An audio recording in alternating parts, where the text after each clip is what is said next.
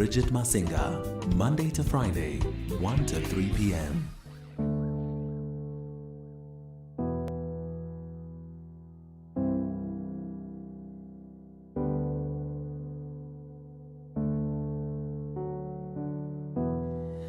There she goes, she's amazing,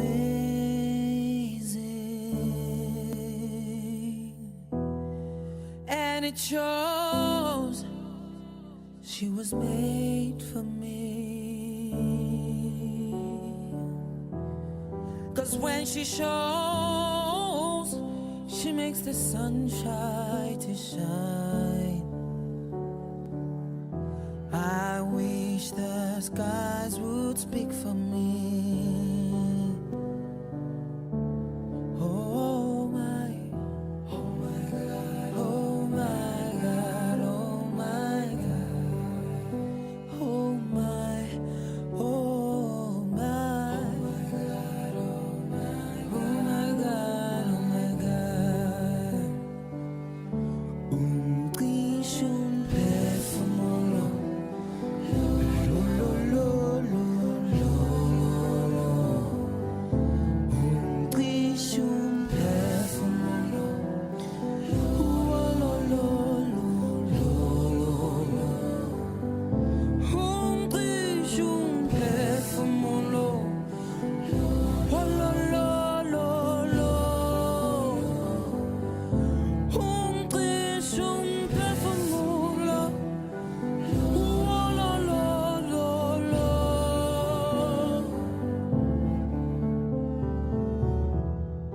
There I go, thinking of that man.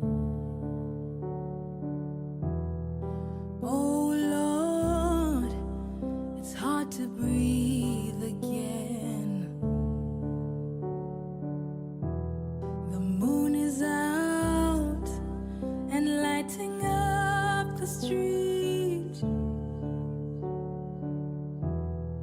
wishing it could pull him to me. Oh my God, oh my God, oh my God, oh my God, oh my God, oh my God, oh my God, oh my God. Un trisho perfume.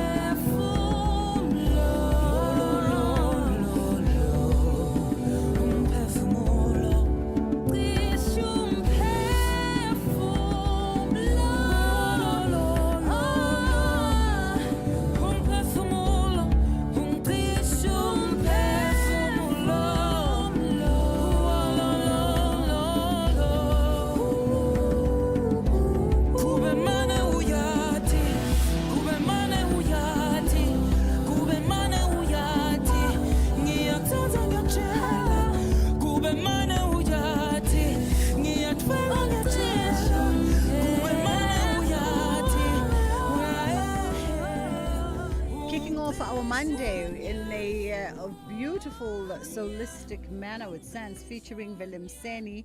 And the name of the song was Umphefumulo. In fact, Willem Seni is going to be on the Mbira stage at this year's Standard Bank Joy of Jazz, which is happening from the 26th until the 28th out at the Sandton Convention Center. It's going to be 3 days of incredible music. And co-hosting the Mbira stage is none other than our sister station, Radio 2000. So I know it's going to be a great evening or evenings with them facilitating all of that excitement. Konje bathini lapha 2000 bathi bayi youth endala. That yes, so it's going to be great fun for youth and Dala. Tickets are available at ticketmaster.co.za. Hey, how was your weekend?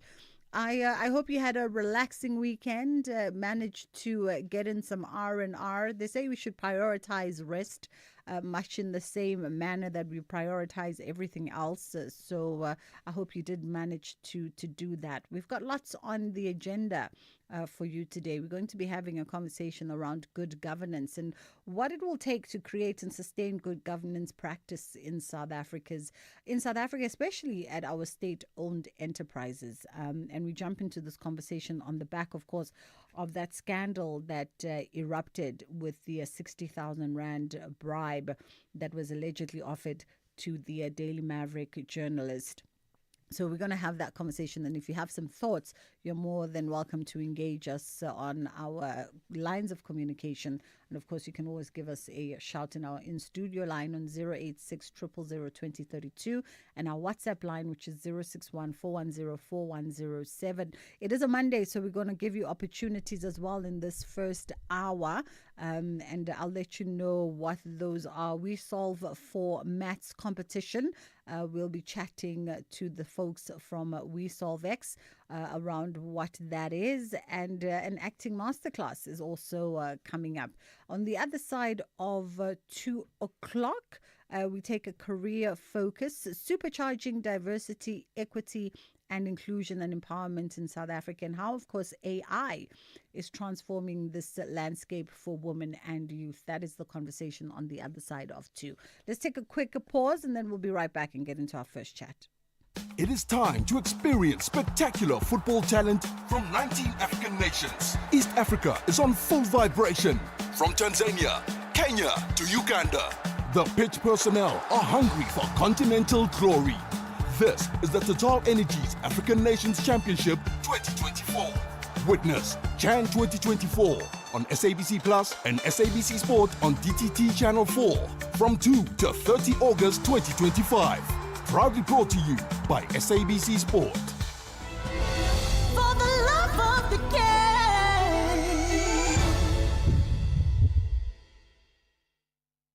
Hey SA, entries for FlySafe's Business Booster are closing soon. So if you're a small local business that needs help taking off, enter at flysafe.co.za, tell us about your business, and you could be one of 6 standout enterprises to win 10 return business class flights plus brand exposure across our various platforms.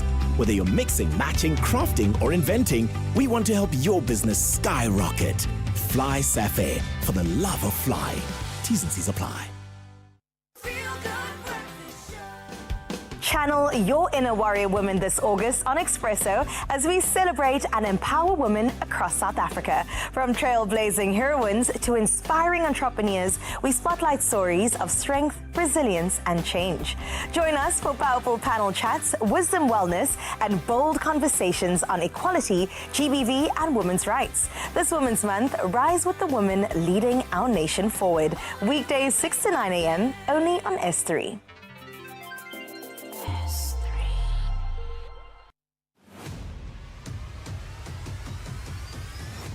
Bridget Masinga is streaming live now on Facebook, YouTube, and X at SAFM Radio. All right, so no doubt everybody saw the damning video footage that came out about 2 weeks ago now. And suspended Independent Development Trustee Odebuho Malaka has denied knowledge of the 60,000 Rand bribe allegedly offered to Daily Maverick journalist Peter Louis Maybach. A criminal case has been opened by the Public Works Minister, Dean McPherson, and the new IDT board. And we thought on the back of that, perhaps we should have a conversation interrogating good governance and what it will take to create and sustain good governance practices, especially in South Africa's state-owned enterprises. And joining us in conversation is Dudu Msomi, who's a strategy facilitator and corporate governance expert and leadership coach. How are you doing this afternoon, Dudu? I am good. I hope you are too. I'm great. Thank you so much for the time. We appreciate it. So you've written and spoken extensively on the essence of good governance in state-owned enterprises. What perhaps are the complexities or the challenges of ensuring good corporate governance in SOEs versus in the private sector, for instance? Well, I think just the stakeholder model already exposes us to the complexities because private sector could be the same if it's a public listed entity. But if we're talking in state-owned enterprises, first of all, the public is our entities, but we delegate the government to look after all these resources and assets and our interests. And then from the government then delegates to boards and CEOs. And some of these relationships are not always straightforward in terms of just if you look at an organogram of organizations, it's not as straightforward as the CEO reports to the board and doesn't have interference from the shareholder. In terms of government, sometimes the shareholder representative, who's the executive authority, sometimes also is very much involved with the relationships with the leadership. So it can get a bit uncomfortable because individuals are complex and uncomfortable anyway. Mm-hmm. So some of the relationships can get gray instead of black and white. And the areas of authority, because it's very important that if somebody's in a leadership position or in a body, like a body board of directors or trustees, are the body of authority, that they have 100% authority. But sometimes it can be undermined because the CEO will still have a relationship directly with the executive authority, which is a shareholder representative. So it can get very complex. And I mean, I guess what you sort of allude to here outlines or can outline the duties and responsibilities of the boards of state-owned enterprises and who monitors and evaluates these boards. Yeah, it's all boards. The corporate governance became a discipline the minute the shareholders got professionals to look after their businesses. So that structure of the board was the organism to do that. So the board of directors and trustees, whether it's non-profit or for profit or government, they do have particular duties. And one of the things we'll always hear when we talk about boards is fiduciary duties. And these have a legal implication, because if you transgress the legislation governing whatever, you are liable in terms of the legal organization of that entity. So a lot of us sometimes really undermine our fiduciary duties as board of directors, because until we really have been sued, I don't think in South Africa we've really had that culture of being sued by the stakeholders, whether it's the employees or unions or whatever, in terms of how we're running the organization. We sometimes just receive this appointment and accept this appointment in the context of prestige, but not really understanding the responsibility that is on our shoulders, especially when it's a public entity. We have very grave social, economic issues in this country where we need to achieve certain things. And the role of the leaders is to ensure that they develop a strategy to accomplish and move us from point A to point B. And point B is hopefully development, where there is less inequalities, there is progress, where you actually have things that are functioning, whether it's power stations, whether it's waste removals, whatever. But sometimes we are so removed from what the essence of our role is, and we focus very much on progressing our own financial well-being, which is the sad thing. So when it comes to boards, it's very important. I always say my definition of ethics is when you do what's good for yourself, but always imagining and putting it at the forefront of your mind the good of others. That brings in balance, so that you're not always doing things like what's in it for me. You also do what's good for society. And that's what, as leaders, that's what we should be doing as board of directors. But also, as I say, in terms of governance, government entities, the role of shareholder representatives is very important. And that is usually the minister, deputy, it is within departments. The ministry is the one. And the oversight is then from parliamentarians. So all those stakeholders together should be working together to bring upon good corporate governance. And I think, that leads to the question of the people, be it the board, be it the stakeholders, the people who select these leaders, the people who select leadership. What does this say about perhaps the selection processes within organizations, and where there needs to be perhaps even tighter scrutiny or, more good governance being deployed? Yeah. Sometimes, especially some of these posts are usually done quite publicly, especially government. They send out advertising, people apply, and some of these positions we actually visibly see because they are conducted in public. So, and some of them not. So, I mean, if you look at organizations like IDT, even if an advert did go out, we're not always going to be there to see how the interviews are carried out. But we always hope that they are done in the best interest of the organization. But what's critical, it's not so much the interviews, because what's most damaging is people in most cases are actually qualified for their jobs. It is not the lack of competence. It is the ethical conduct. It's the most dangerous human being to have, somebody who's actually qualified. So if you kind of look at some of the scandals we've had in the last 2 years, whether it's about Prosper, the engineering issues or whatever, you look at these people technically are qualified. However, if you're not going to make decisions that are good for the entity, what are you going to do? You're going to do something that is unethical and undermine the competence.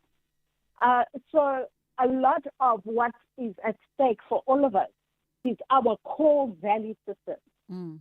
That's what it is, because what we are going through is the internal belief systems that we have about ourselves, and also our patriotism is what is in play in terms of all these things that are coming out, because we have the opportunity to make different decisions, but we don't in those positions. Yeah. And you cannot legislate ethics with it. You cannot.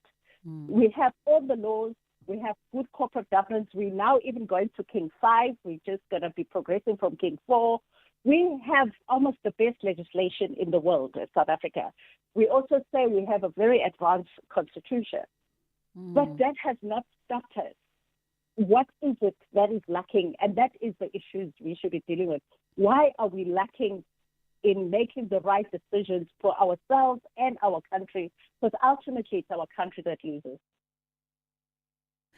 I wanted to ask, but looking at the time, maybe I'll throw it out there and then we can come back to it on the other side, because I think what you've just said, that it's not a lack of people being technically qualified for the positions, right? It's a matter of perhaps ethical conduct coming into question. That to me speaks to the caliber of leadership then we put up and when we put in these positions. Because then the questions become, how do we then assure that we have the right persons in the right positions that will always steer along the ethical line to do what's best for the organization and for those that they serve. And just looking at the time, the headline news is coming up. So perhaps we'll come back and we'll address that on the other side of this conversation. We are with Dudum Somi, who's a strategy facilitator and corporate governance expert. And we're asking the question, what will it take to create and sustain good governance practice in South Africa, particularly so within our state-owned enterprises? And if you want to share your perspective, you're always welcome to do so on WhatsApp. Our number is 061-410-4107. You can send us a WhatsApp voice note, or you can give us a shout on 086 000 2032 if you'd like to share your thoughts live with us on air. This Women's Month, SAFM stands with the women shaping South Africa's future. Under the theme, Building Resilient Economies for All, we honor the pioneers, the problem solvers, and the everyday heroes driving change. Stay tuned as SAFM brings you powerful stories and meaningful conversations that move us. SAFM, celebrating women, celebrating progress. SAFM, leading the conversations that move us.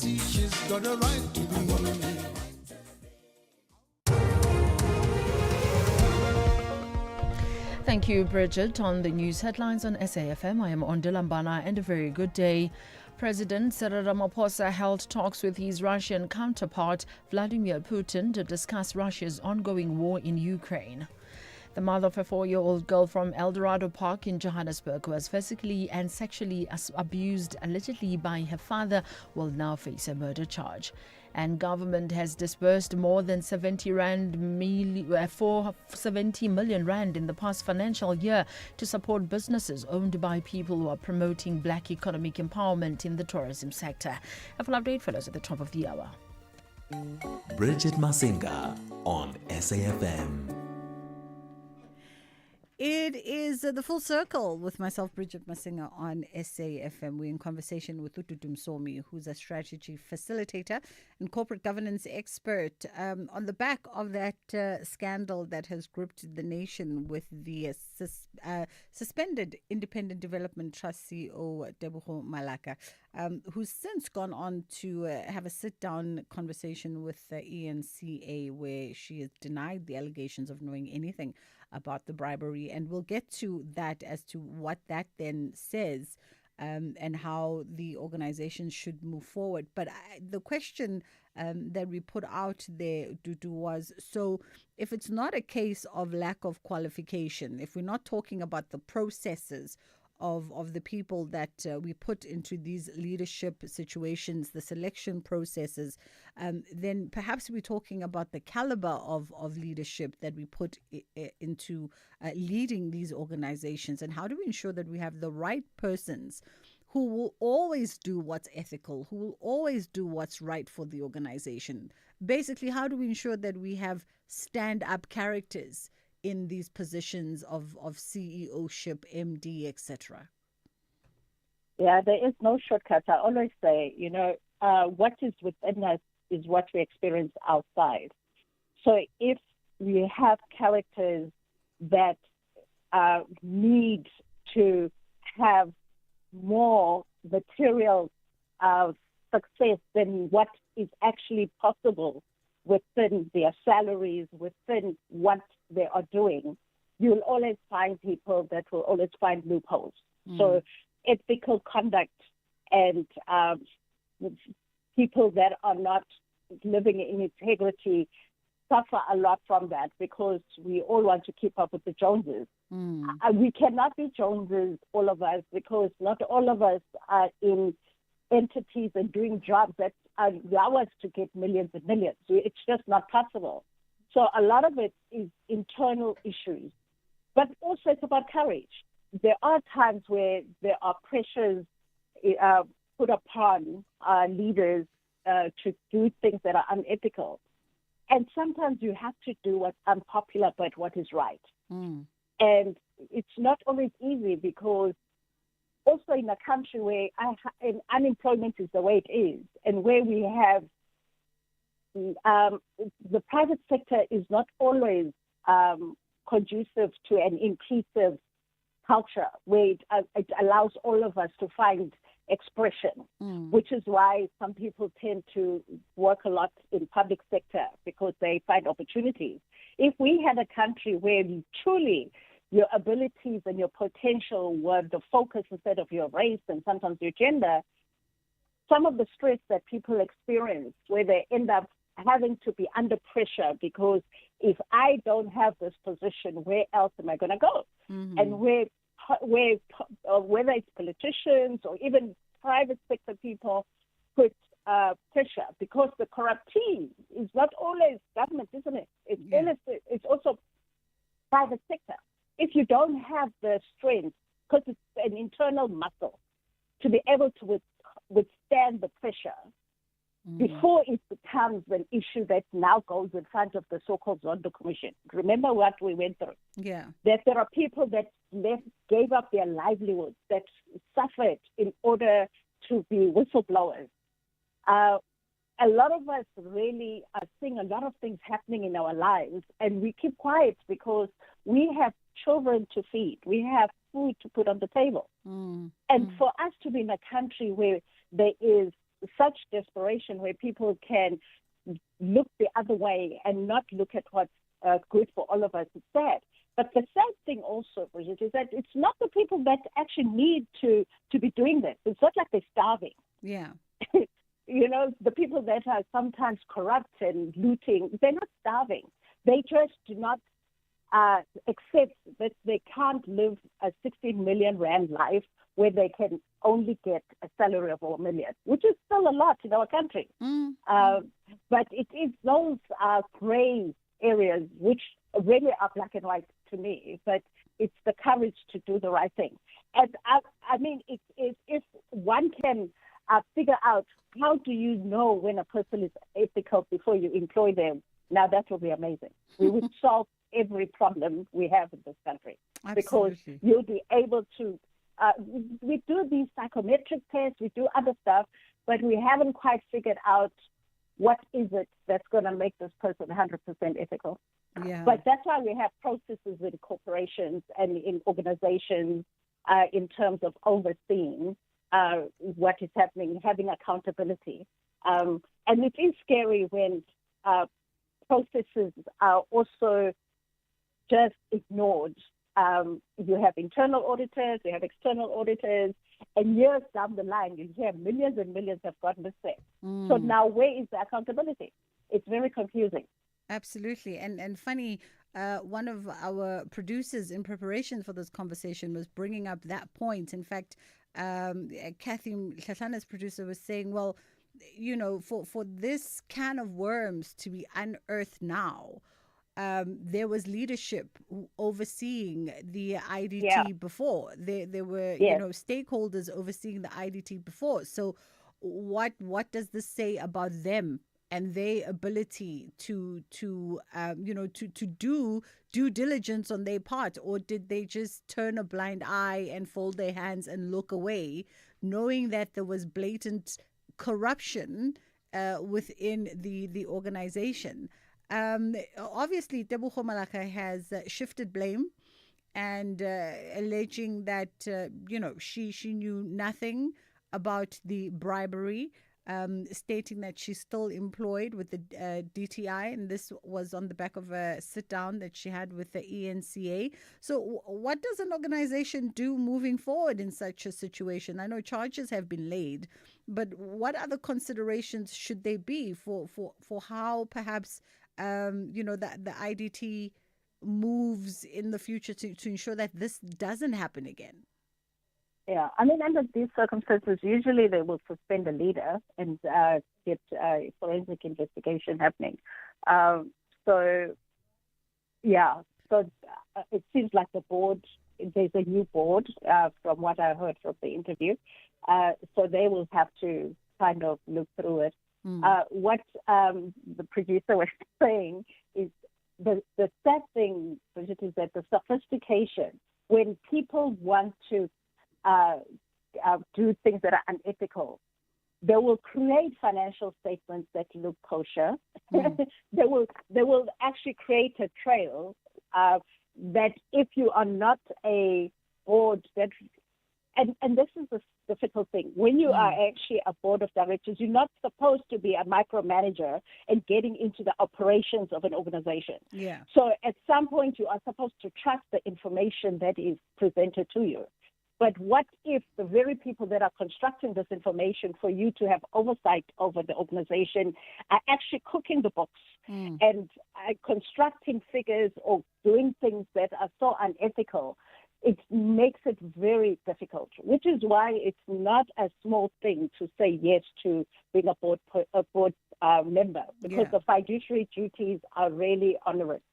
Absolutely. I want to jump to Hassan quickly, who's got a view on this matter. Hassan, how are you? Good afternoon.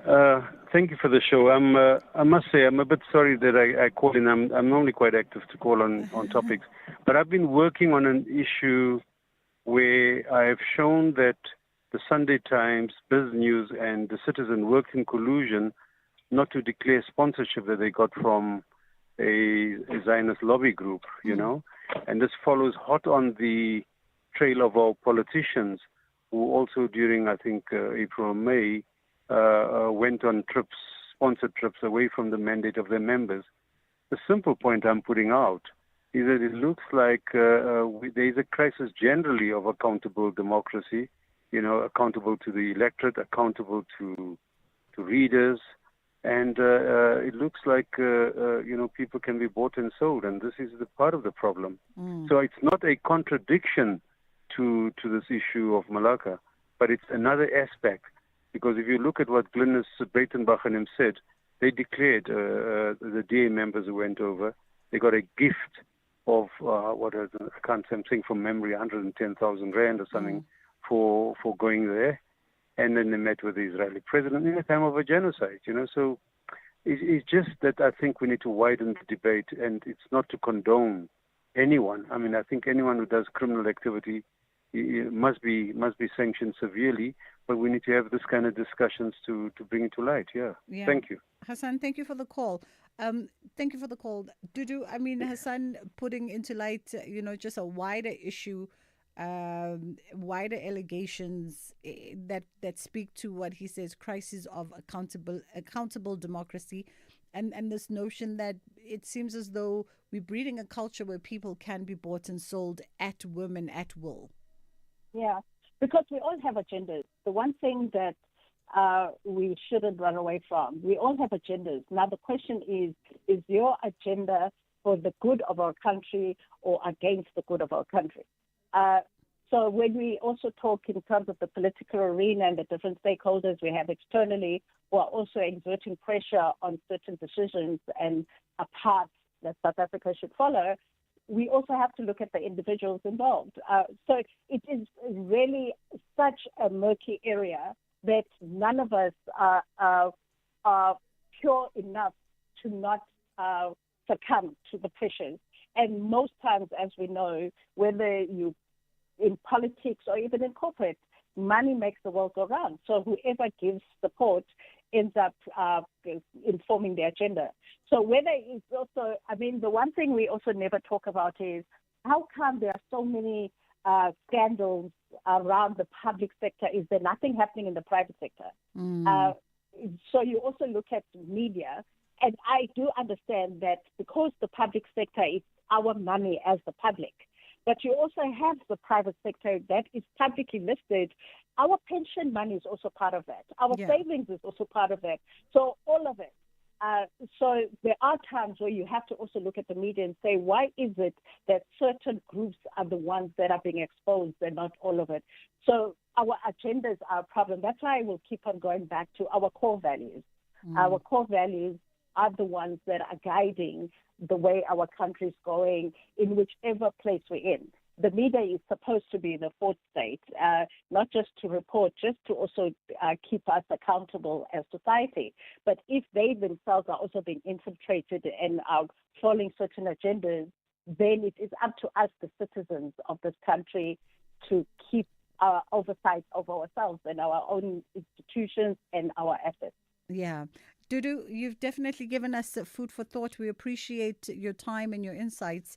That was Dudu Msomi, strategy facilitator and corporate governance expert. It's gone 22, in fact, closer to approaching quarter to 2 o'clock. Let's take a quick pause and then we'll get back into some opportunities. SAFM supports a litter-free South Africa. Play your part in keeping our surroundings and environment clean. SAFM, leading the conversation.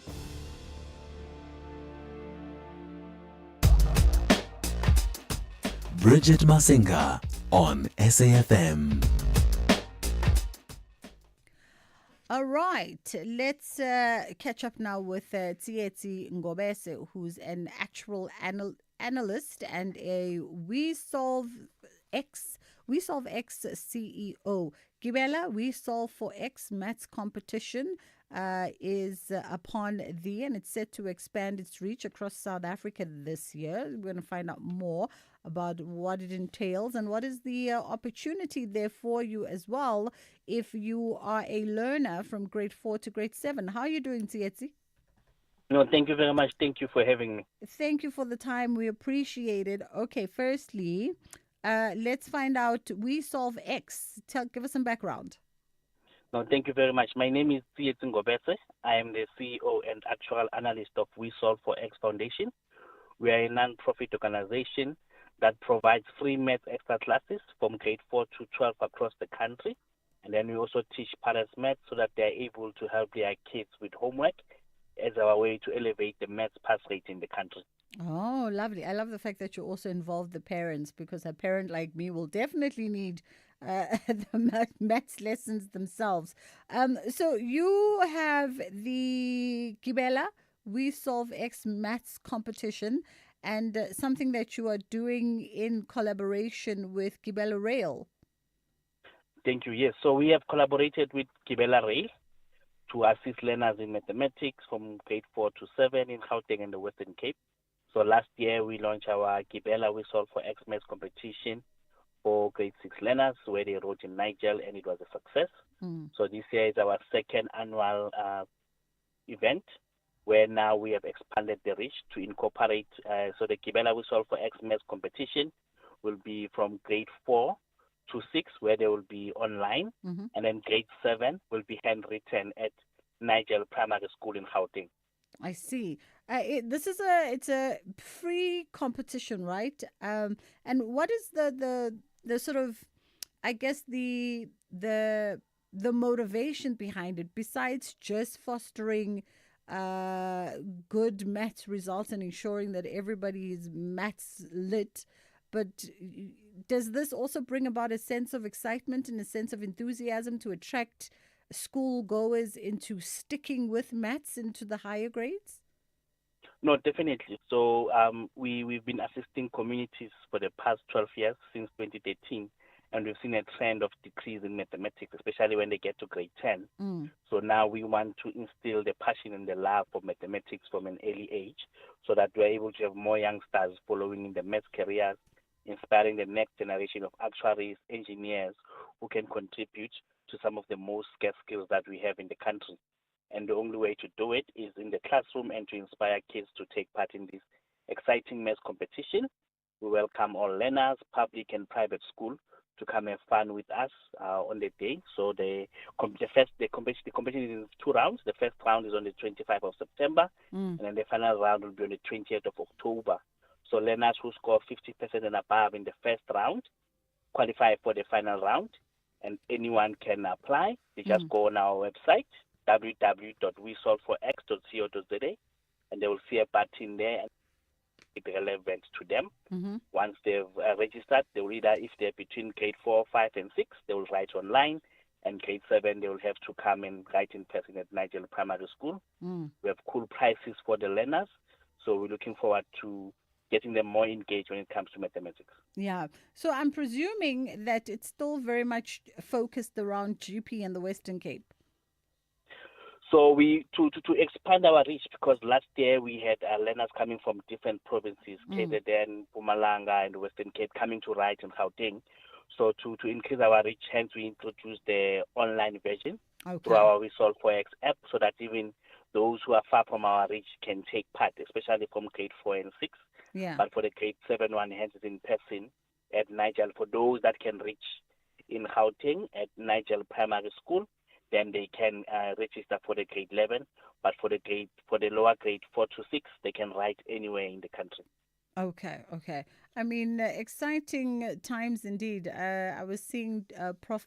Pakeng the other day talking around her love for mathematics, and how her pet peeve is the conversation that's centered around maths being difficult. And she was saying that perhaps is the starting point to our problem with STEM is how we position mathematics by consistently talking as adults around, ooh, maths was so difficult. Ooh, I didn't like mathematics. Ooh, maths. Do you think that's part of our problem? So it's one of the contributing factors. Hence, we have the classes for parents, where we start to outline that the principle of mathematics doesn't change. No learners struggle with mathematics. They struggle with the topic. Once the parents understand, they are able to assist. Let us give an analogy where you have learners in grade 4. We have like 1 plus box equals to 5. The value of the box will be 4. And they get to matric or grade 8. We replace the box with an x, say 1 plus x equals to 5. You still get the same value of 4. Or if they're in grade R, you'd have images of oranges. You shot with 4 images of oranges. So it means a learner in primary school can answer a grade 12 or a grade 10 maths paper, provided they understand the principle of mathematics as they remain uniform. So our role is to ensure that we should, number one, we demonstrate where the linkage is, and number two, we give them confidence by doing and practicing and holding their hand and journeying with them, preparing them for their tests and exams. Yeah. Tsietsi, thank you so much for the time. We Solve for X is where you can go to get more information around the competition that's coming up, pertinent to grade 4s all the way through to grade 7s. That was a Tsietsi Ngobese on that one. 10 to 2 o'clock, a quick pause, and then we come back on the other side and we shift gears. We get a little creative. Okay, they say maths is also creative to some degree. We get a little creative and we look at the acting masterclass. This Women's Month, SAFM stands with the women shaping South Africa's future. Under the theme, Building Resilient Economies for All, we honor the pioneers, the problem solvers, and the everyday heroes driving change. Stay tuned as SAFM brings you powerful stories and meaningful conversations that move us. SAFM, celebrating women, celebrating progress. SAFM, leading the conversations that move us.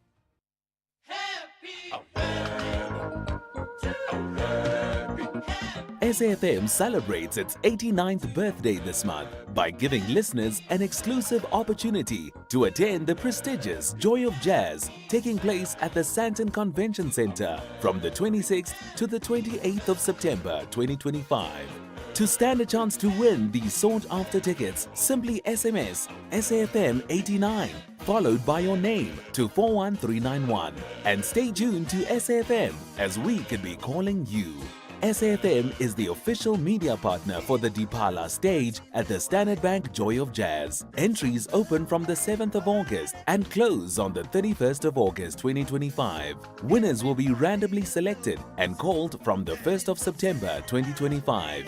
SMSs are charged at R1.50 per SMS. Free SMSs and SMS bundles do not apply. T's and C's apply.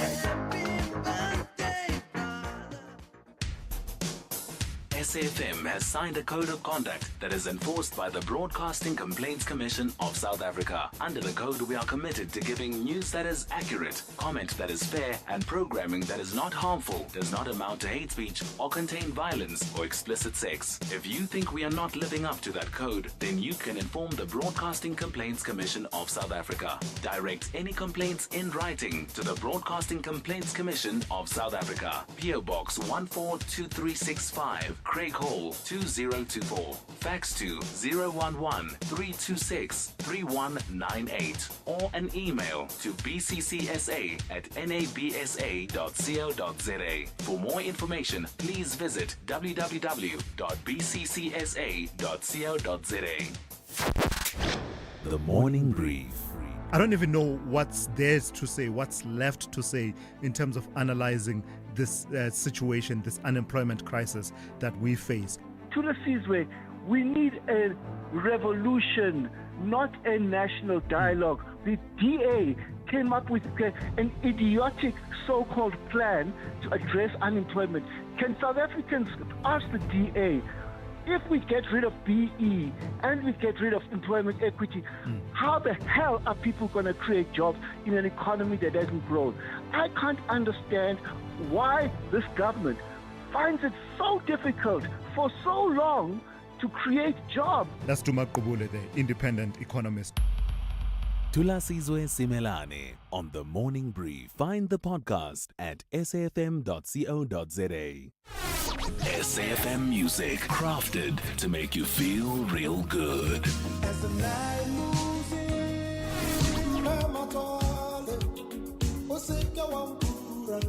Handpicked just for your pleasure.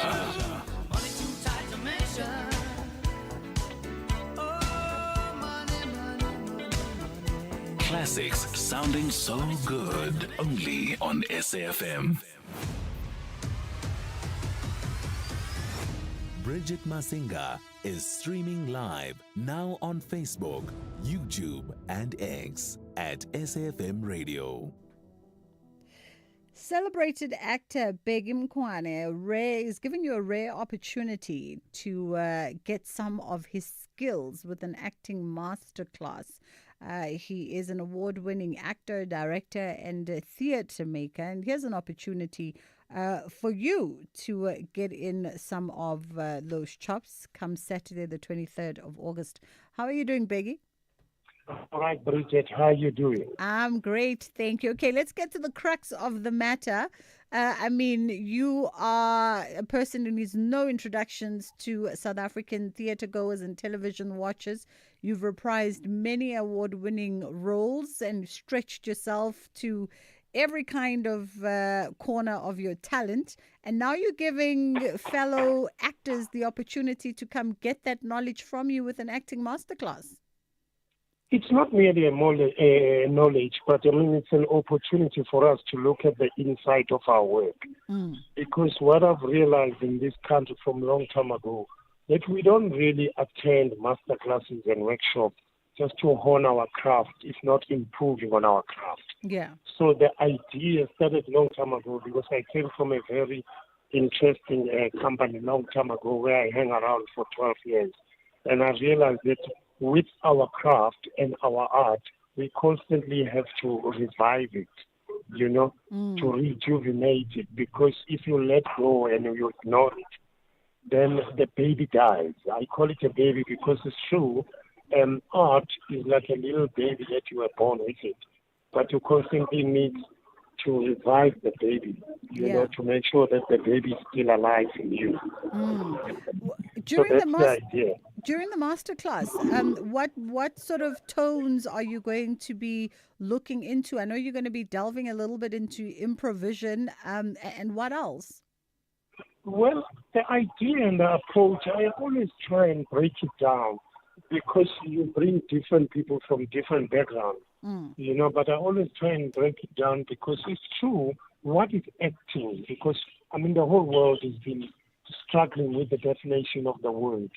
But I always break it down to a simple situation where I say, well, acting is a performance. It's just that when it becomes acting, there's a story involved, and you have to take that story into your emotions and you become the story. That's acting. So in the class, we constantly investigating what is performance, where do you borrow from, what elements do you borrow from to produce an exciting performance. So over the years, I've devised exercises that helps people to really look into that, and walk away with either the mind shifted to say, oh, okay, I've been using this approach. I can borrow from this approach, The class is about that, basically. It's investigating the inside of our work. Lovely. So Saturday, 23rd of August, you're going to be at Moving Into Dance in Newtown, Johannesburg. For those who are interested, and I'm presuming this is, since it's a master class, does one need to be an actor already? This is a master class. You don't need to be an actor. I mean, you can come and hang around with us, whether you're a bank teller or a clerk or whatever. You can come and hang around because it's true. I mean, like I'm breaking it down to performance. You could be a pastor. Yes. But then what elements do you borrow from to actually take on the pulpit and present an exciting, if not interesting, performance? That's the idea.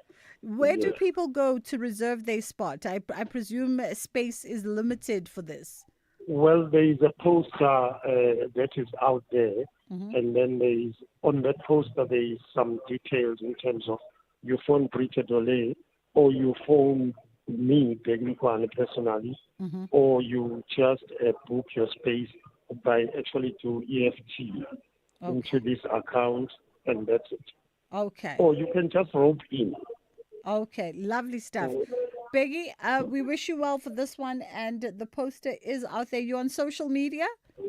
Yeah, I am on social media, my darling. Give us the handle so folks can go to your social media and then track down that poster.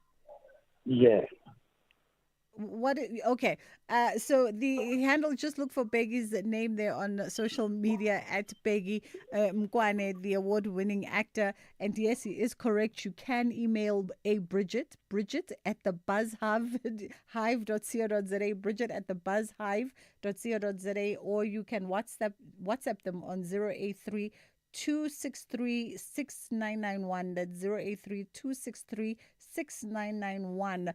If you'd like to attend the Begi Mkwane acting masterclass. It's exactly 2:00 on Dela. Standing by.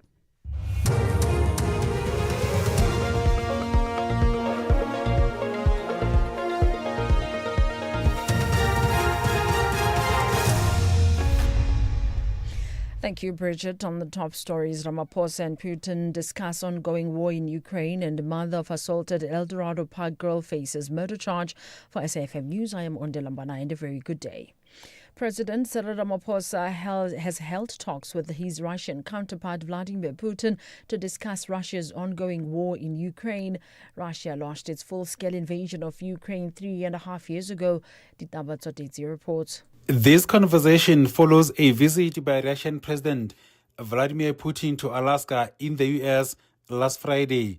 A week ago, the two presidents had a telephonic discussion on the peace process with Ukraine and also engaged on issues of mutual bilateral interest.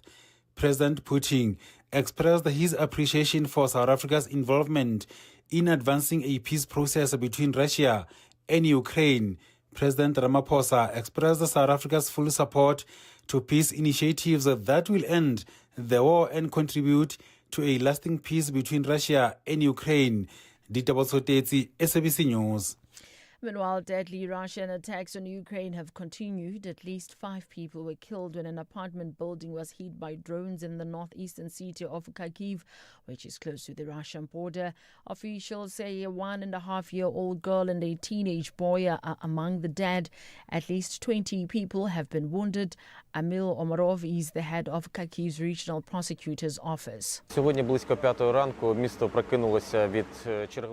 at about 5 a.m, the city was woken up by Russian attacks. An industrial part of the city of Kharkiv was attacked, as well as a residential apartment building that was hit multiple times. Emergency services continue working, digging the rubble. Unfortunately, the casualty figures are likely to change. I believe there will be more victims.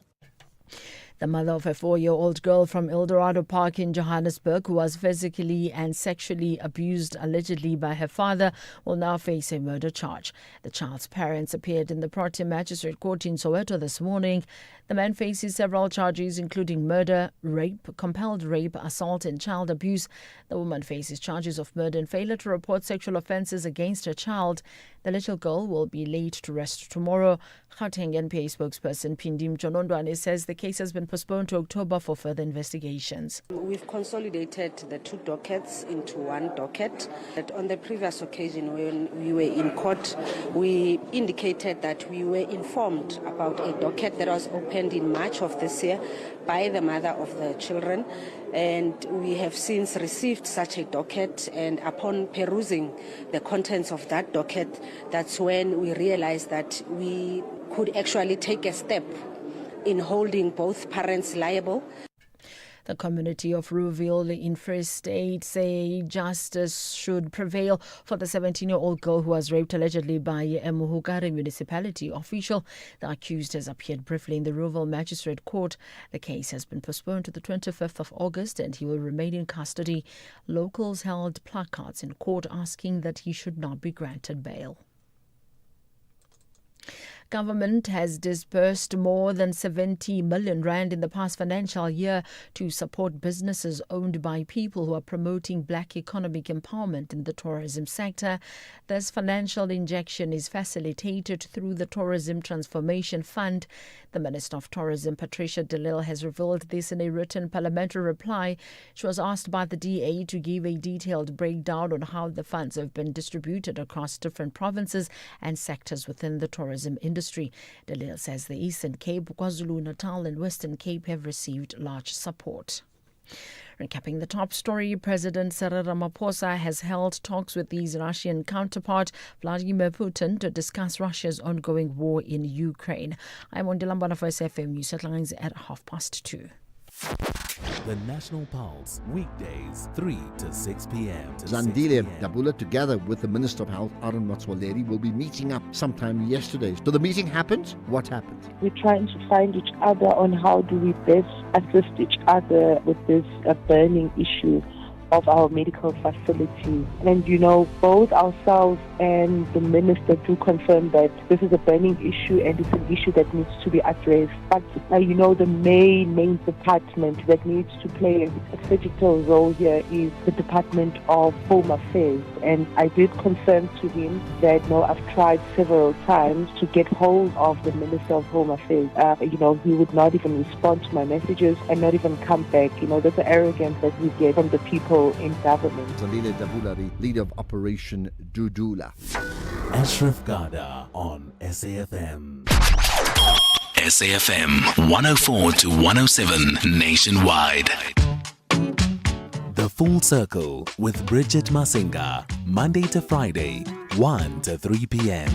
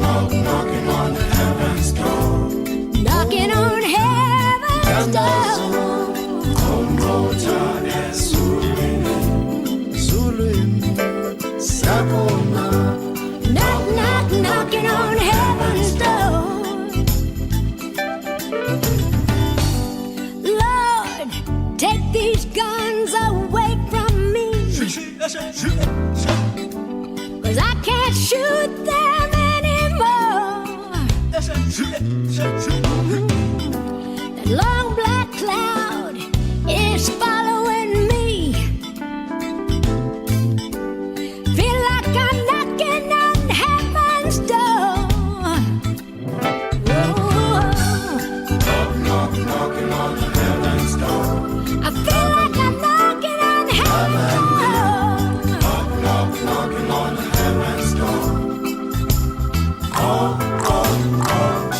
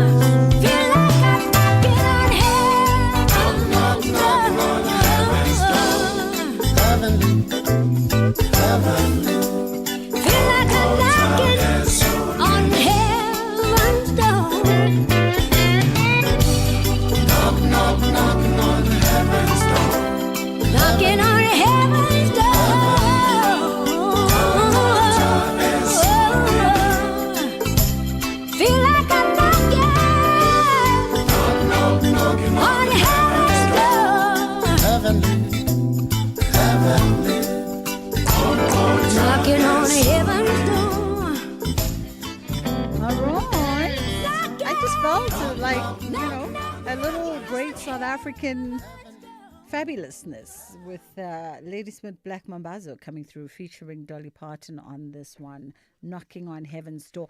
I'm trying to figure out who was the originator of the song. I really am trying to figure out who was the originator of the song, because I know that in a Rolling Stone article that came out in 2020, they cited Cat Stevens as the originator. Or it was, and then Bob Dylan is cited online 1973 as the originator of Knocking on Heaven's Door. So I don't know, because I mean, you know, Rolling Stone magazine does their research. So I'm kind of like, is it Bob Dylan? Okay. Because I was like, okay, I'm a bit confused now. But yes, that is Ladysmith Black Mambazo and Dolly Parton coming through with Knocking on Heaven's Door. She's America's unsung sweetheart, by the way, Dolly. She does the most. She does the most, including being the first celebrity, I think, who donated money towards COVID relief funds back in 2020 from her own purse. She contributed $1 million And she's contributed to so many more other things. She's also done incredible collaborations and most unusual collaborations over the years, including this one with Ladysmith Black. Unusual in the sense that it's generally artists that are outside of her wheelhouse of country music.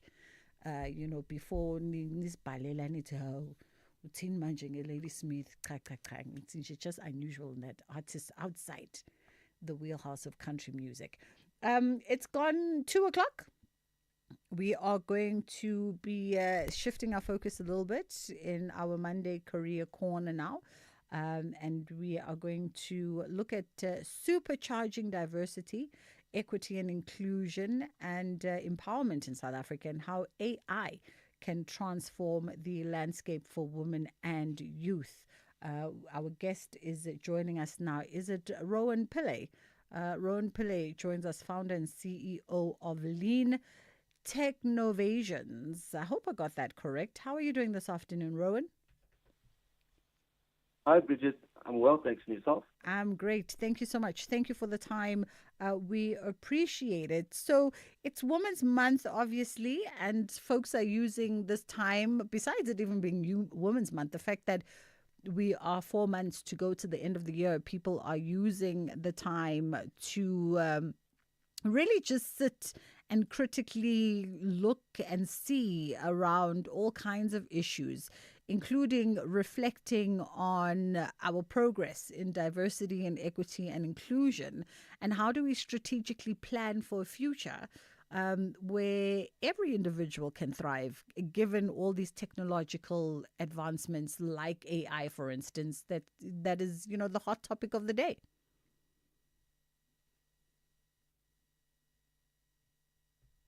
Rowan, you with me? Hi, Bridget. Yeah, I'm with you. Okay. So how do we strategically plan for a future where everybody can thrive? So, look, I think AI is such a rapidly evolving software, and it's changing all the time. Unfortunately, everyone is not prepared, like everyone at all. So I think for us to be able to strategically move in the direction where we start to become prepared, number one, we need to start by upskilling. Without the skills, we are unable to use AI to be able to understand how it works, how it functions, and to be able to get the most out of it. Number two, what I always recommend is there needs to be robust AI governance in place. So, we need to have, whether it's comprehensive rules or oversight, companies will have to form their own AI risk committees. And people will need to understand, how does that affect their daily lives? How does that affect their jobs? And those two things are really key to moving forward into the future of an AI future, right? Because AI is here now, and it's only going to get more and more entrenched into our lives. In fact, you've written around this theme and this conversation, and you've emphasized that the critical role of AI in supercharging issues around diversity, equity and inclusion, DEI, as well as empowerment in South Africa, and particularly so for women and youth. What's the inspiration and motivation for you to write about and interrogate the very specific intersection of AI and DEI? So I've worked across multiple sectors, and I keep seeing the same issue. We feel this inequity, this inequality, but we don't measure it well. So AI actually lets us measure what we've only felt. Using AI's computational and pattern detection power, we can actually process millions and millions of rows of unstructured text, flag pay gaps or skewed promotions, even biased language. And AI can do all of that fast so that leaders can act with evidence and they can act decisively. So Women's Month is, actually the perfect moment to move kind of from just sentiments to more practical examples, changing how we actually do things. Mm. Does this also, in your article, you say, traditionally analyzing company data for bias and inequities has been a monumental task, but you also suggest that AI's data-driven insights and efficacies can actually do and process this in a fraction of the time. Yes, definitely. Definitely AI is more than capable of doing that where it is right now. And it's a matter, again, like I said earlier, it's a matter of upskilling so that we're in a position to be able to use AI correctly and to be able to get AI to look through, all of our historic data and understand how does that affect our current businesses, even areas like hiring, right? How does it affect hiring? And once we understand the biases in the data, once we better understand the insights, then we can make a decision about, well, what do we do differently to make an impact? I want us to just pause here quickly for a commercial break, and then we'll come back and continue on the other side. Hey SA, entries for FlySafe's Business Booster are closing soon. So if you're a small local business that needs help taking off, enter at flysafe.co.za, tell us about your business, and you could be one of 6 standout enterprises to win 10 return business class flights plus brand exposure across our various platforms. Whether you're mixing, matching, crafting, or inventing, we want to help your business skyrocket. FlySafe, for the love of fly. T's and C's apply.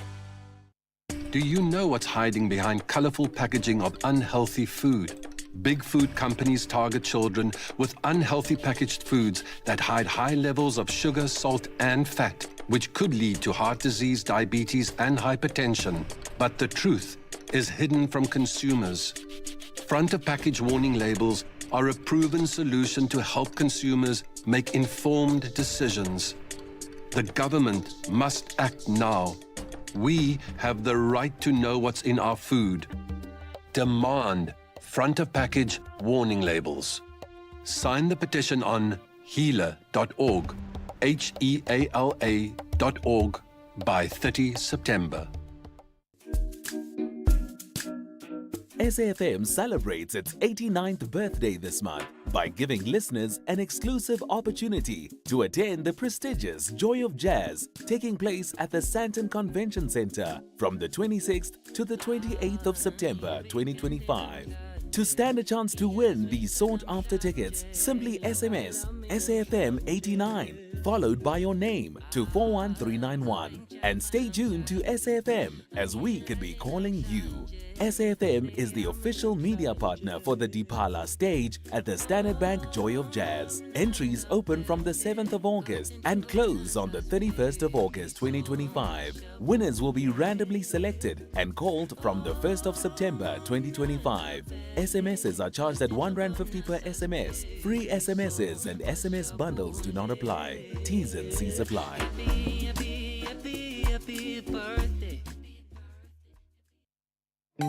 Bridget Masinga on SAFM. All right, we're in conversation with Rowan Pillay, founder and CEO of Lintech Innovations.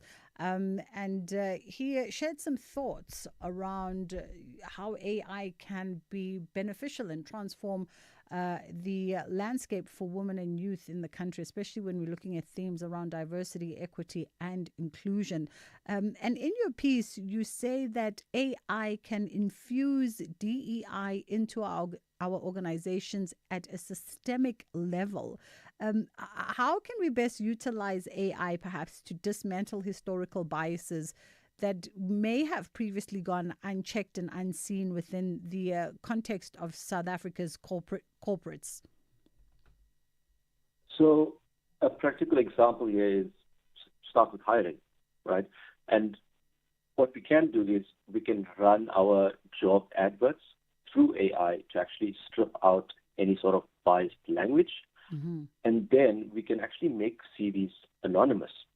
So your first pass is skills only, and then use structured interview analytics to keep the process consistent throughout. So the result of that is that more women and youth will make it to the final rounds just based purely on merit and skills. Now, in the article, you also highlighted several ways in which AI can empower women and youth, whilst we're still on that topic, right? How it can empower women and youth talent. Tell us more around which of these applications you believe holds the most immediate and, of course, significant potential for impact in the country. So I think there's three things to discuss here. Number one is skills access with your generative AI, like your ChatGPT or Microsoft Copilot. And these are things like your low-cost learning and even, translation that really helps to level the field for both women and youth that's outside of the big metros and, who's somewhat limited from an access to education perspective. Number two is definitely the hiring processes. So with using AI and be able to remove the biased language and any sort of other biases and inconsistencies in our hiring process. So by removing that, we will better be able to create a process that's more fair and equitable to women and youth. And then number three, I think, is employee support. So this is where AI can actually flag sentiments and it can identify coaching needs quite early on so that managers can be able to identify these and then help these women, youth, or other individuals to develop and grow within the company. And I think these three aspects, these provide and deliver real value in a matter of days and weeks. It's definitely not something that's going to take years and years to even come to fruition.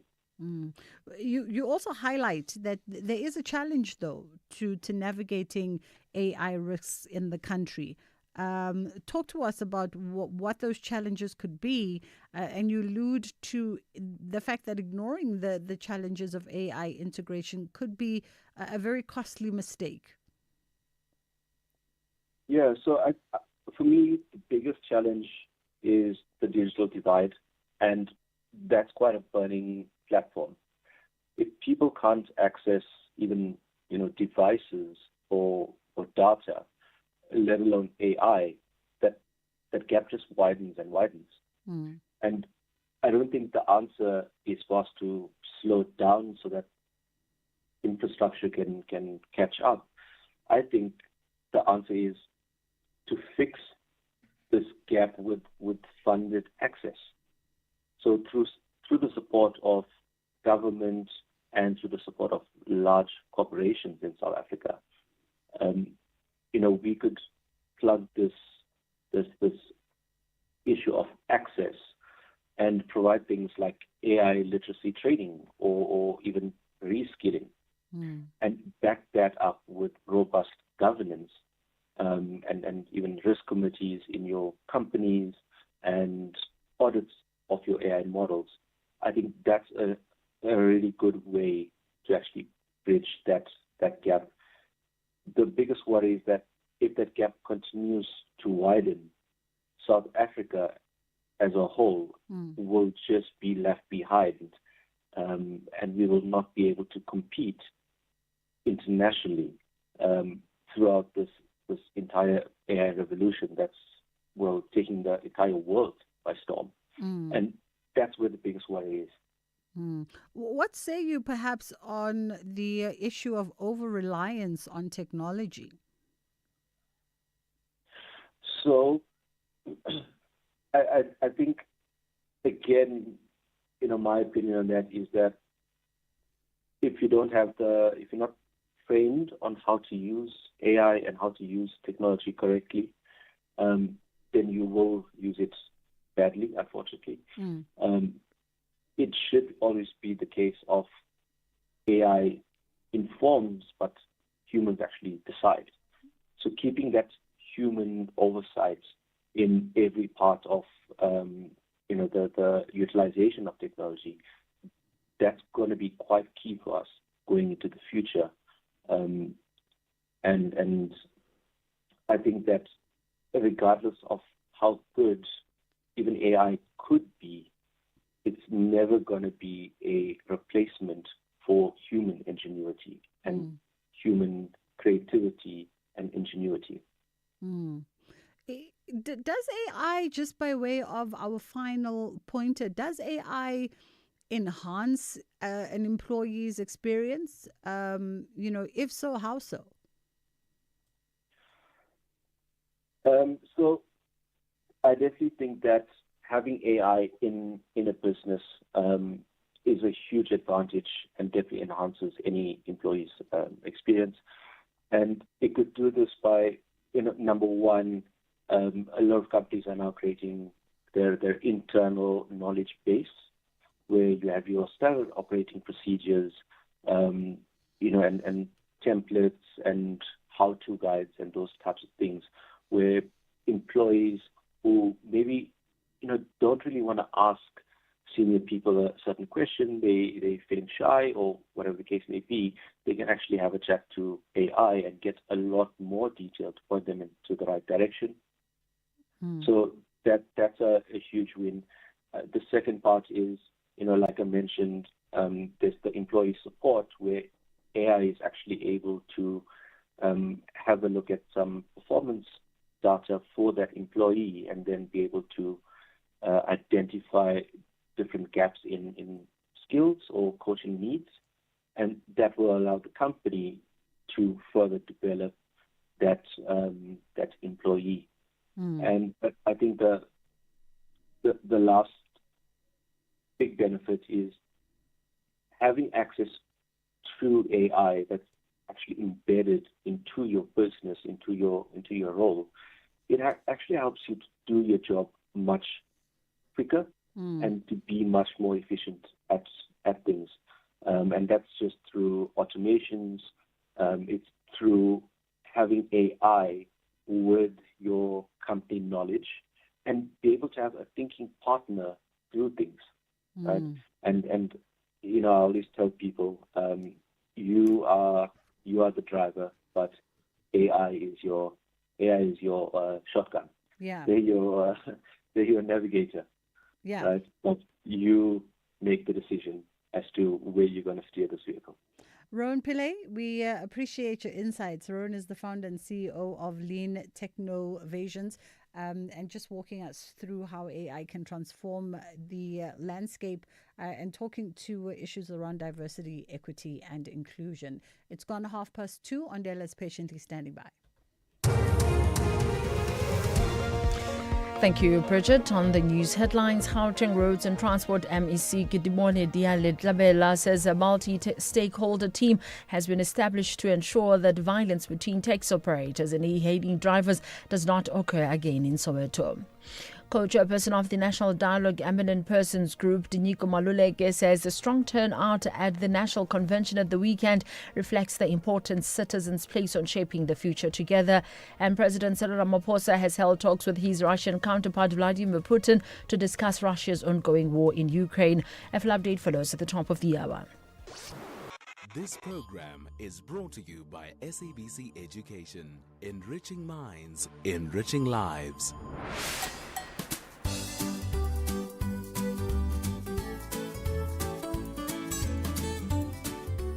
Hello friends and happy Monday. Welcome to our Monday edition of Kids Corner. I hope you're having a great day. Today let's talk about something we've all faced at some point, telling the truth and telling lies. Have you ever told a lie before? What happened afterwards? Why do you think some people choose to lie instead of telling the truth? Do you think lying can ever be a good thing, Or is it always better to be honest even when it's hard? How do you feel when someone lies to you? All right, let's hear from some of our friends while you share your answers with the people next to you.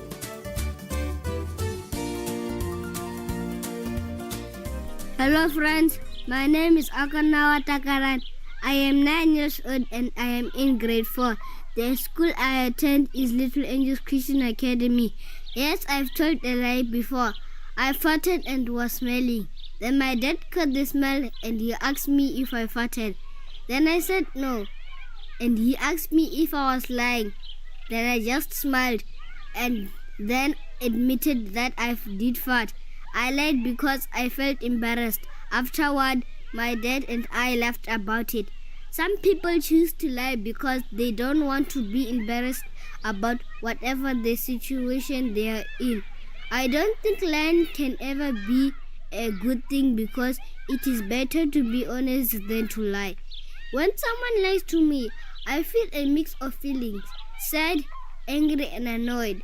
Whenever someone lies to me, I feel like I cannot be able to trust them again. I think telling the truth is better than lying because you feel free afterward. If you lie, you will have to keep on lying to cover your previous lies. I believe telling the truth will make you free. Hello, my name is Edlisha Wangu. I have told a lie before. Whenever I tell a lie, it depends if someone finds out it was a lie or not. If they find out it was a lie, there are obviously consequences. But if they don't, they don't, and I keep my mouth shut and we continue to live. I don't think lying is a good thing, but if there's a very good reason that justifies you lie, I know lying is bad, but if there's like a reason that you did something, I understand. But if it's just you just deciding, waking up, and I'm gonna lie about this, then that is very, very, very wrong. When someone lies to me, I feel like laughing because if I know the truth and I've asked you something based on something that I know, then why are you lying? I'll just laugh because if they lie, I can't trust you ever again unless that lie is justifiable. If it's not, I genuinely can't trust you because why are you lying to my face? Telling the truth is better than lying. It makes one feel better that this person didn't lie to me. I can trust them tomorrow with something even more important, and I know they'll always have my back. Thank you. Hi everyone, my name is Ashley Kawamba. Yes, I have told a lie before, and afterwards I felt guilty and kept thinking someone might find out. I think people sometimes tell lies because they are scared of getting into trouble or because they want to protect someone's feelings. Small lies like hiding a surprise party might be harmless, but most lies break trust and can hurt relationships. When someone lies to me, it makes it hard to believe them again, even if they apologize. I think telling the truth is always better, even when it's uncomfortable, because honesty builds trust, and once trust is gone, it's not easy to get back. Greetings. Today I'll be talking about the importance of honesty. Being honest is very good, but the only people that you can lie to is people like your strangers and give them false information. But lying is bad as it may be a habit, even during school hours. So make sure you always tell the truth, and it is better than telling lies. It is only safe telling lies when some stranger wants your personal details, but you should always tell the truth to your trusted ones and everyone, as well as your peers. Thank you. Hello everyone, my name is Matemba Kosa. I am 6 years old. I go to Jabez Christian Academy School. I once told a lie when my parents gave me money for baking at school, and someone at the school taxi took some of the money to buy snacks. I gave my teacher incomplete money. My parents later asked me. I said I gave my teacher all the money. Later they found out I lied. they were angry, and I was in trouble. I think people lie because they are afraid. But lying is never a good thing. It makes things worse. I always feel upset when someone lies to me. It's hard for me to trust them again. Telling the truth is better. It shows you are sorry, and it helps to fix things. Good day, my name is Bridget Masinga. I am 11 years old. Yes, I have told a lie before. Afterward, I have felt really guilty about it and realized it was better to tell the truth. I ended up admitting what really happened. I think some people lie because they are afraid of getting in trouble or because they want to protect someone's feelings. Sometimes they think lying is easier than facing the truth. I think lying can be complicated in some situations, like telling a small lie to avoid hurting someone's feelings. It might seem okay, but mostly I believe it's better to be honest because lying can cause more hurt in the long run. When someone lies to me, I feel hurt and confused, and it takes a long time for me to trust them again because I worry that they might lie again in the future. I think telling the truth is better because it helps building trust and keeps relationships strong even if the truth is hard to hear. It's usually better than the uncertainty that comes with lying. Hi everyone, my name is Yolanda Mzobe. I am 11 years old. Yes, I've ever told a lie before. What happened afterwards? I once broke my mom's phone. I think some people choose to lie instead of telling the truth because some people are scared to be beaten. No, I don't think lying can be a very good thing because sometimes if you are honest, your parents might not beat you because of being honest. How do I feel when someone lies to me? I feel very angry, but sometimes I understand because I sometimes do lie. No, I can't trust them again easily because what they say, I would not believe it. I would think it's a lie. I think telling the truth is better than lying because truth can help you. Telling the truth can help you in a serious matter. Thank you, everyone.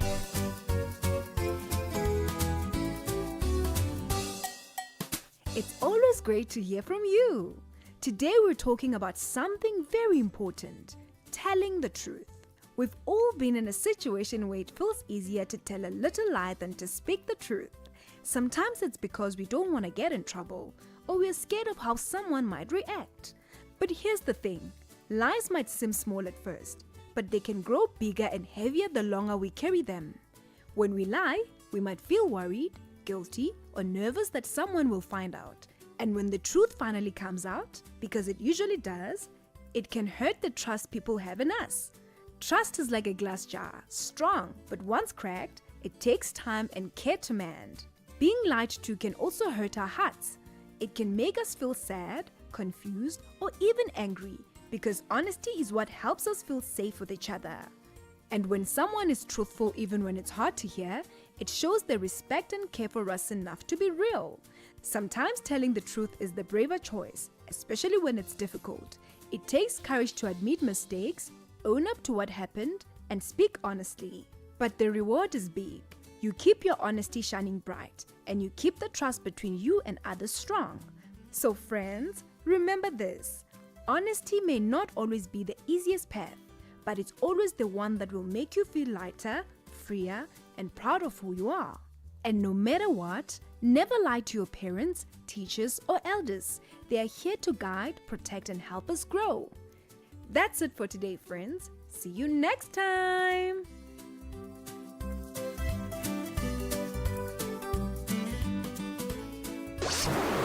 This program was brought to you by SABC Education, enriching minds, enriching lives.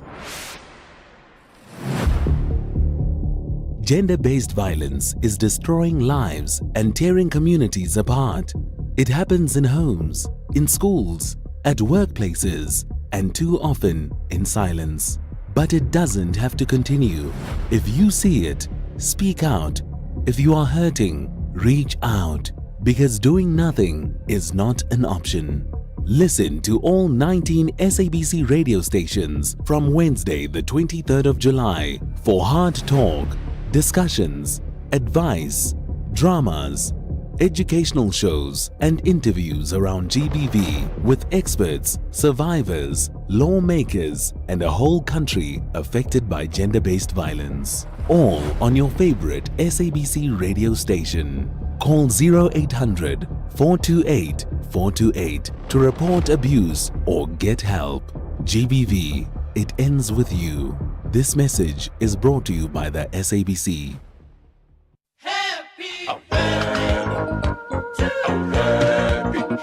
SAFM celebrates its 89th birthday this month by giving listeners an exclusive opportunity to attend the prestigious Joy of Jazz taking place at the Sandton Convention Centre from the 26th to the 28th of September 2025. To stand a chance to win these sought-after tickets, simply SMS SAFM 89 followed by your name to 41391 and stay tuned to SAFM as we could be calling you.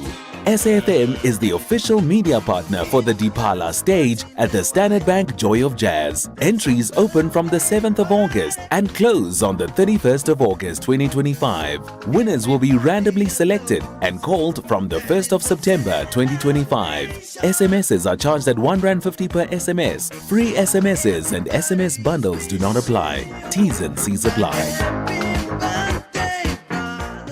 SAFM 104 to 107 nationwide. Living your best life on the Full Circle. As we prepare to wrap up the show, we are going to be in conversation with social entrepreneur and founder of Even Bo, Pano Ramuketsi, an award-winning South African social entrepreneur and women's empowerment and gender equality activist and founder of Even Bo, which is a company that develops menstrual products catering for women with different menstrual needs. How are you doing this afternoon, Pano?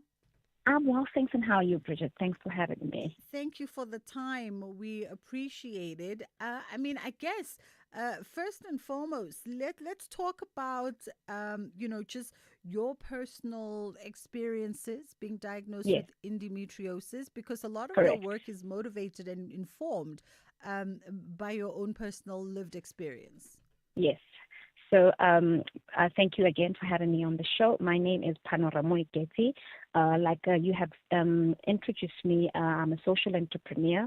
And how I got onto this journey is that I personally suffer from endometriosis. I think I started suffering from the disease since I was 16, but I only got diagnosed from the disease when I was 20.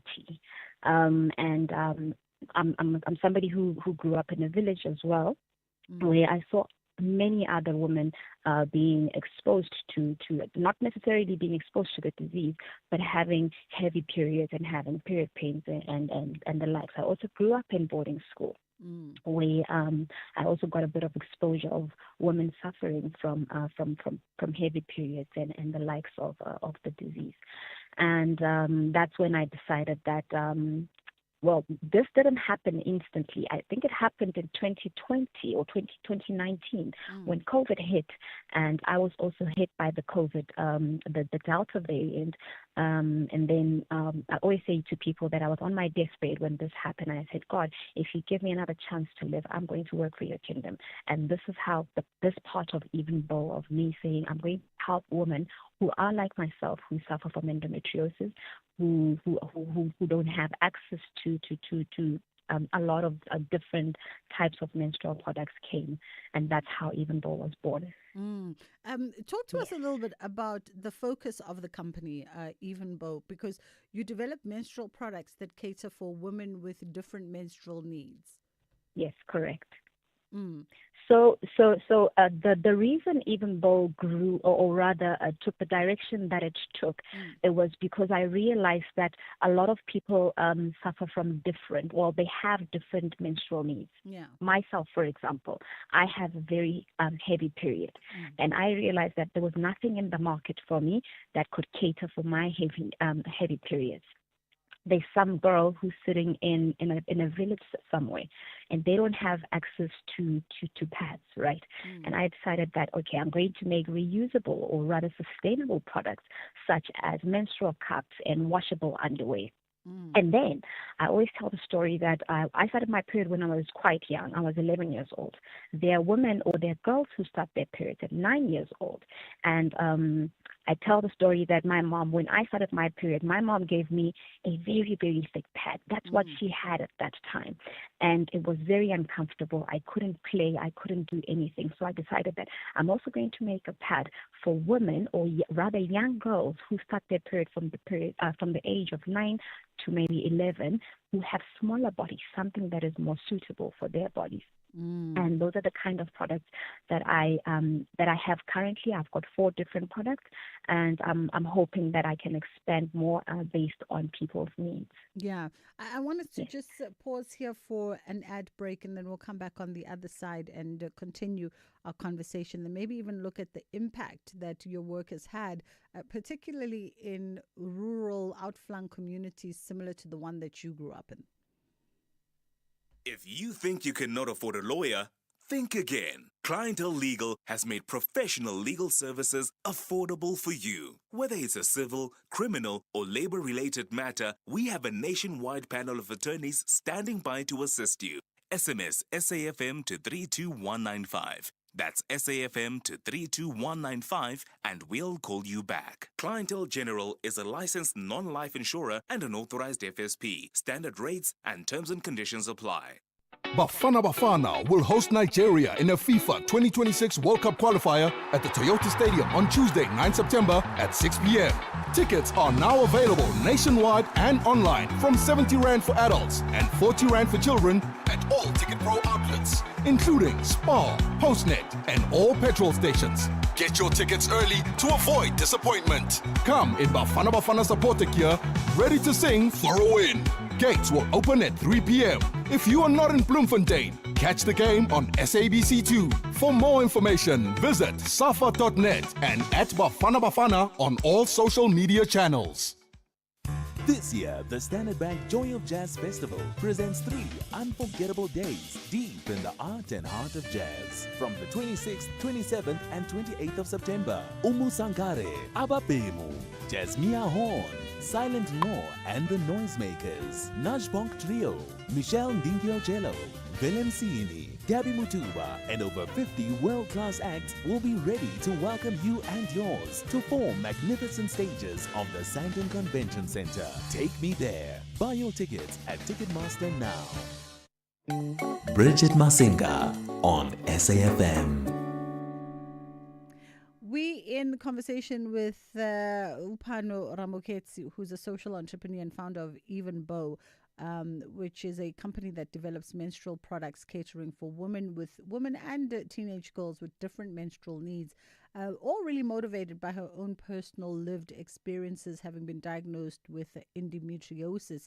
But her work has led her to incredible leadership and innovation roles. And her impact has been recognized with multiple awards, including 2 prestigious accolades at the Black Management Forum, one for the 2024 Young Woman Leader, and the other being the BMF Impact Award, and obviously also an academic at heart, currently pursuing a PhD in international business and strategy. Let's talk a little, and I wanted to jump on the impact that your product has had in rural communities, but maybe before we get there, because we know that we are a country with many challenges, and where period poverty is a real thing, especially for young girls. What have been some of the challenges and the rewards of creating sustainable menstrual products that are aimed at addressing period poverty and also empowering young girls to have the ability and the opportunity to stay in school? So one of my products is menstrual cups. There's a lot of controversy around that. I know that when I go out to rural areas specifically, people, or rather people in general, I mean, older people and younger girls don't understand how the product works. There's a stigma around it, for example, breaking girls' virginities. And medically, it really does, but it depends on how you see virginity as a person. There's a doctor that I work with, Dr. Bongingwenya, who explains it better, that yes, it does break your virginity in a way, but virginity should be seen as intercourse. So those are the controversies that we come across I come across when I'm trying to get my products out there. Another one is the one for the underwears. In terms of hygiene, they'll be asking, is it hygienic for me to use? Is it not going to cause any infections down there? And this needs to be backed up by so much education and insurance, or rather assurance that these products are safe. And yeah, those are the things that I come across, and it's very difficult for me as somebody who doesn't know much about medical terminology to try and explain to people, especially people who don't have the kind of maybe the education behind menstrual health and hygiene. It's very difficult to try and crack that. I mean, I was going to ask because the issue around virginity, for instance, and I mean, I think every young girl who's gone through some guidance counseling at grade 9, 10 probably knows the orientation,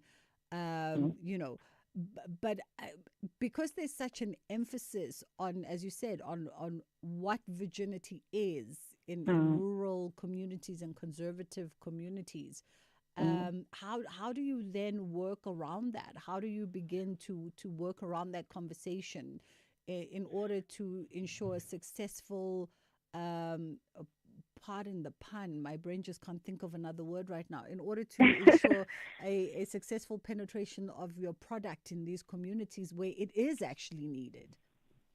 It's about education and telling the people, trying to educate them about what's virginity and what it means to break your virginity.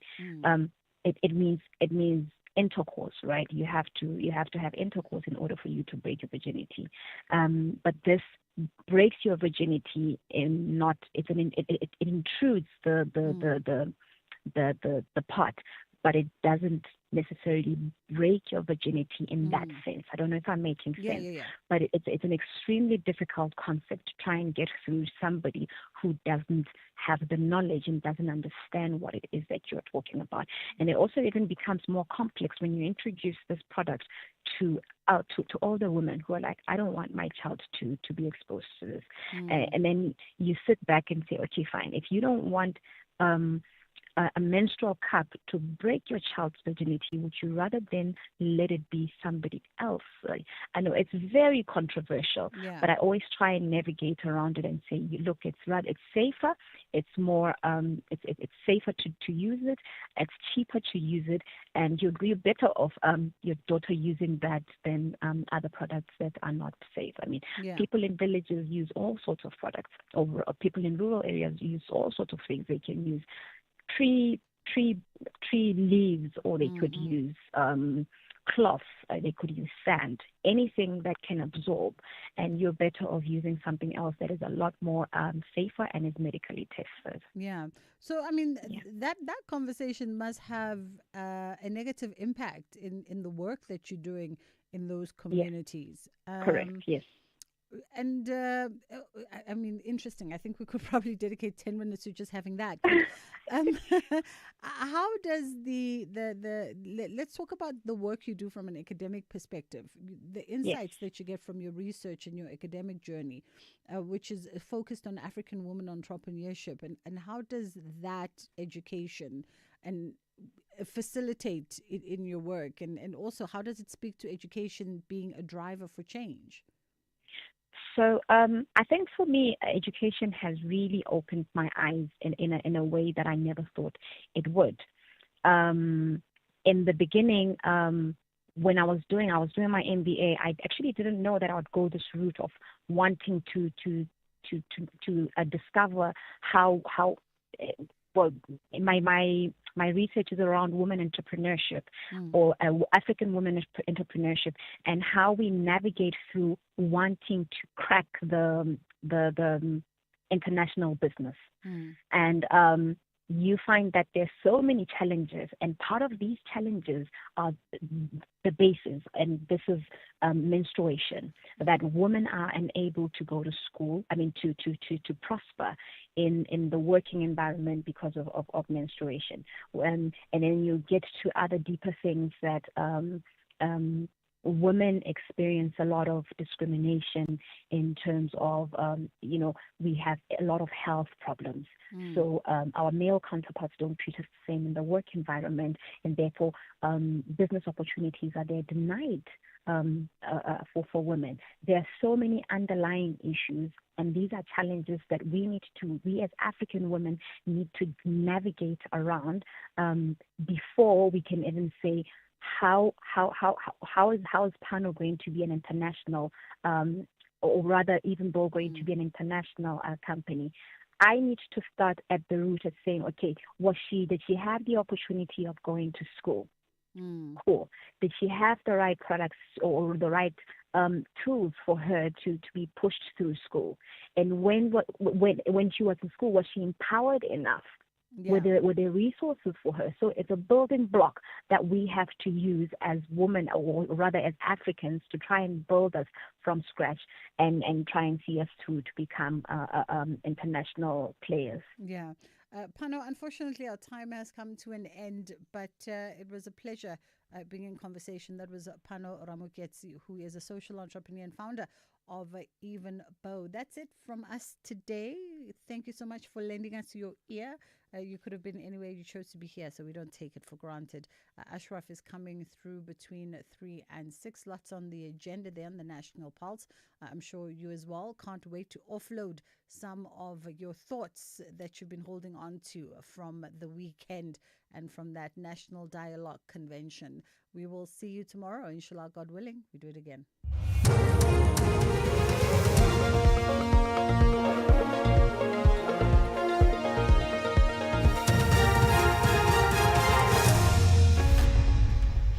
Thank you, Bridget, and the team on the top stories. Tensions quelled following e-hailing driver's death, and Ramaphosa and Putin discuss ongoing war in Ukraine.